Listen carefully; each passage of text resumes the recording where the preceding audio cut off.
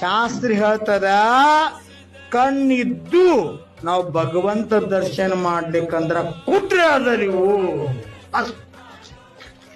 ಕಣ್ಣಿದ್ದು ಭಗವಂತ ದರ್ಶನ ಮಾಡ್ಲಿಕ್ಕಂದ್ರ ನಿಮ್ಮ ಮುಂದಿನ ಭಾವದಾಗ ಕಣ್ಣ ಸಿಗಂಗಿಲ್ಲ.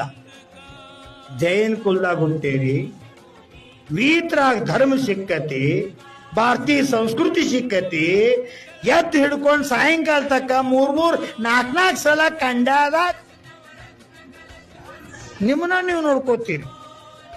ನಿಮ್ನ್ಯಾನ್ ನೋಡ್ಕೋಬೇಡ ಅಂದಿಲ್ಲ, ಕರೆ ಒಂದ್ ಸರಾಡೆ ಭಗವಂತರ ಮುಖ ನೋಡ್ರಿ. ದರ್ಶನಂ ದೇವದೇವಸ್ಯ ದರ್ಶನಂ ಪಾಪನಾಶನಂ ದರ್ಶನಂ ಸ್ವರ್ಗ ಸೋಪಾನಂ ದರ್ಶನಂ ಮೋಕ್ಷ. ಏನ್ ಹೇಳಿದ್ರು?